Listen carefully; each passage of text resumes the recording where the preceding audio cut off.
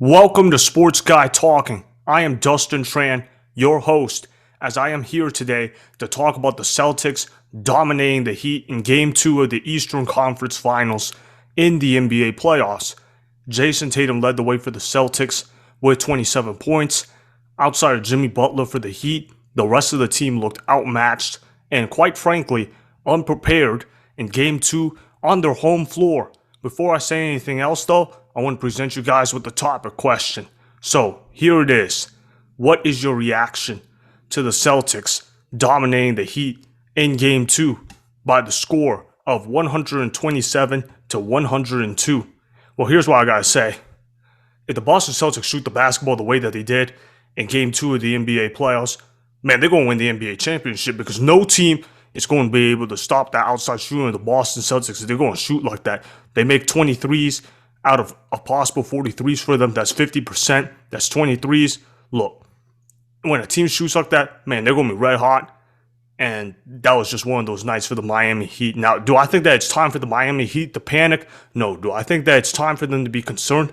Just a little, but I wouldn't sweat over it. I know a lot of people, they say, oh my God, the Miami Heat, they got blown off the home floor. Look at what happens when Al Horford and Marcus Smart come back. The Boston Celtics, they look too dominant. Man, Celtics going to win the series in 5 games. And what I'm going to say is, okay, yeah, the Miami Heat, they need to toughen up. They need to play better defense than what they've been playing. And we all know that the Miami Heat, they are a very capable defense. All right, they're going to play much better than they have in Games 1 and Game 2.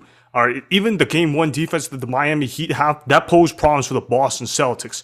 Okay, Games 3 and 4, look, as long as Miami gets a split at Boston, there's no reason for me to be concerned with what's going on with the Miami Heat. Now, look, Jayson Tatum, he was great. He scored 27 points, 8 of 13 shooting, 4 of 6 from the three-point line, made all his free throws. Look, he was spectacular. He was awesome. But he also had a lot of other help as well. Jaylen Brown, he's been playing really well as well. 9 of 17 shooting. He scored 24 points. He made plays happen. But here's really what I thought was really surprising. Marcus Smart, he was able to return for Game 2. And man, the stat sheet does not do him justice. I was watching that game, and I saw Marcus Smart knocking down his threes. Look, how many times are you going to see Marcus Smart go 5 of 12 from the three-point line? Doesn't happen often. That's like a rare occurrence. That's a once-in-a-blue moon kind of thing. But if Marcus Smart goes 5 of 12 from the three-point line, you just got to tip your cap off and just say, attaboy. It's just one of those nights, because that's exactly what happened. I mean, if Marcus Smart is going 5 of 12, like I said, from the three-point line, you just have to know that that's probably just not your night if you're the Miami Heat. And for him to have 12 assists as well, I mean, my goodness, Marcus Smart, he was looking like he was an all-star player, which he's not capable of that on a night-to-night basis. So when you look at it from that perspective, the Boston Celtics, yeah, they did a great job in Game 2, but there's no way this is actually going to be sustainable. And I want to talk about Peyton Pritchard. He's a bench player for the Boston Celtics. He scored 10 points off the bench for them. But the crazy thing is, on a plus-minus rating, he had a plus 39. That's actually kind of wild to see. But we also have to know, yeah, that's not going to be sustainable either. It's impossible to sustain that level of success. And so when I'm looking at that level of success with what the Boston Celtics have been having, listen, they've had an incredible season. They've played with great energy, first round, second round, being able to take down KD's Nets, being able to take Giannis's Bucks, and now being able to take over the number 1 seeded Miami Heat team. Look, they're doing a great job on them, but I'm not fully sold with this Boston Celtics team. Look, I like the players on their team. I like their coach, Ime Udoka, but look, he's a first-year head coach, and this Boston Celtics team, they're still not quite as experienced as a team like the Miami Heat. And let me get to the Miami Heat as a matter of fact right now. I'm looking at their box score right now. Now, Jimmy Buckets, he was great. I know he took responsibility. He says that he's got to play better. But from my takeaway, Jimmy Butler's been playing just fine. Look, he's knocking down 11 and 18 shots in Game 2. He made most of his free throws. He scored 29 points. He did what he was supposed to do. Now, here's the thing. I have a problem with the rest of the Miami Heat team. PJ Tucker, 5 points. How does PJ Tucker score 5 points in an NBA playoff game? PJ Tucker is supposed to be a three-point sniper that can go ahead and play solid defense. He did not do that. Then you look at Bam Adebayo, 29 minutes, 6 points, 9 rebounds, 2 assists, 1 turnover. Doesn't show up on the stat sheet for the steals and blocks, and he fouled 3 times. That is unacceptable for Bam Adebayo. Dude is getting paid like a max player, but he's not giving max player kind of production. Now look, I expected Bam Adebayo to be playing much better than what he has been playing. Bam Adebayo is supposed to be one of the best centers, particularly on the defensive side of the floor in all of basketball. Bam Adebayo has not played at that level. So that, to me, that's been unacceptable. He needs to figure it out. He needs to get that fixed, because if they don't get this fixed, this Boston Celtics team, they're going to win. They're going to win this series. All right.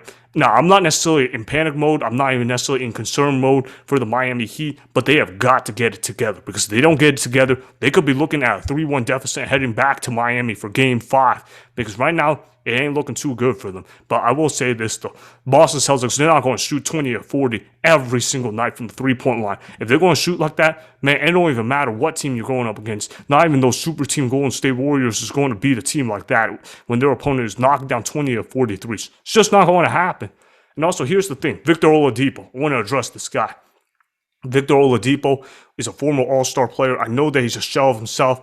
But come on, man. He's got to do better than 2 of 8 shooting. He did knock down 9 of 10 free throws. But again, this Miami Heat team, they need more production from Victor Oladipo. Then there's the Tyler Hero factor. Man, he was terrible on defense. He was getting picked apart on the defensive side of the floor. To see Tyler Hero get burned like that, that's unacceptable. For him to score 11 points with his defensive liability that he's been showing, especially in Game 2, man, they got to do more than that. They've got to do more than that.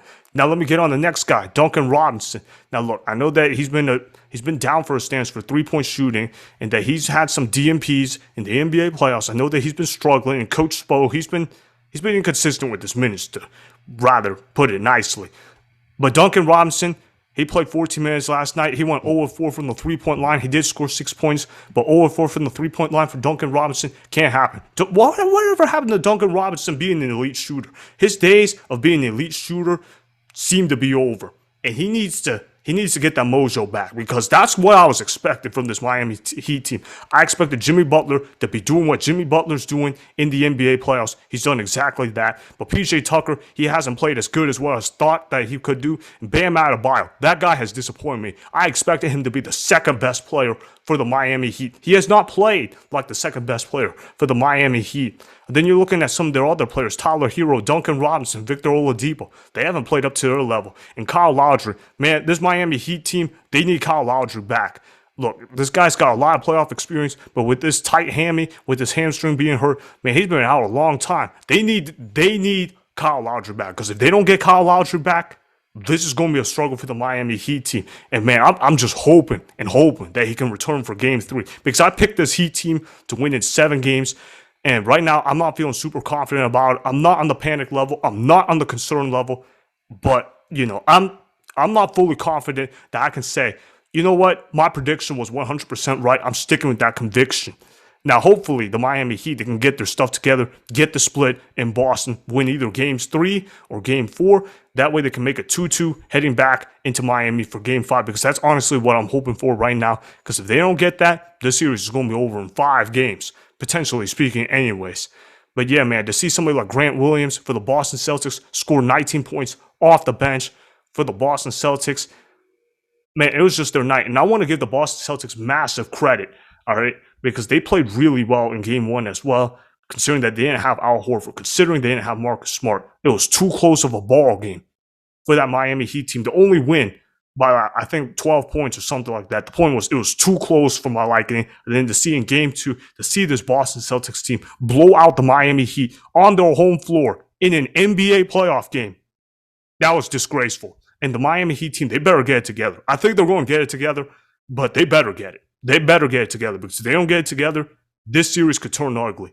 So that's how I'm looking at it. Now, I'm not saying that this Game 2 victory by the Boston Celtics, it's not going to define how the series is going to play out. I just don't think it's going to happen. It's just one game, one off game by the Miami Heat team, and one game where the Boston Celtics was really on fire. But let's see if Marcus Smart continues to score 24 points on 5 of 12 shooting from the three-point line. Let's see if Peyton Pritchard can continue being a plus 39 off the bench. All right, let's see if Duncan Robinson can eventually get his 3-point shooting woes fixed up in time. Let's see if Tyler Hero can stop being such a liability on the defensive end of the floor and start scoring some points for them. And let's see if PJ Tucker can start playing like we all know that he's capable of being, which is being a good NBA playoff vet. Because he has not played on that level yet. And let's see if Bam Adebayo starts playing to a level that we all know that he's capable of. We've seen Bam Adebayo be able to slow down a Giannis Antetokounmpo in the NBA playoffs before. This should not be this difficult of a challenge for him to hold down Robert Williams. It should not be this difficult for him to do so, but it has been. He's getting cooked by guys that he should not be getting cooked by. Bam Adebayo is a good player. He just needs to get it together. And like I said, if he doesn't get it together, this is not going to help out the Miami Heat team. I do think they will get it together. But again, with the way how things are looking, I'm not so sure about that. But I think they'll eventually get it. I think they'll get it by game 3 or game 4. If they get the split in Boston, I'm not going to be sweating too much about this game 2 loss for the Miami Heat. So that is why the Celtics dominating game 2 was indeed impressive, but that it will not define how the series in the Eastern Conference Finals will play out. I'm going to stick with the Miami Heat in 7 games. I'm not going to change that stance on that prediction. Remember, go ahead and subscribe to Sports Guy Talking, like the video, and please comment down below. If you guys do that, I may shout you guys out in a future video. Make sure to follow me on Instagram at Dustin Tran and at Sports Guy Talking. Also, go follow me on Twitter at Dustin Tran. Again, go ahead and do those things that I just told you guys to go do. Hopefully, you guys enjoyed the content that was just produced. Peace out. Thanks for watching. Subscribe to Sports Guy Talking to get the latest from the show, Tran Talks. Go ahead and like the video. Comment down below. Check the description box on the video in order to follow my socials. Also, be sure to check out more of the best clips from Tran Talks on the YouTube channel, Sports Guy Talking.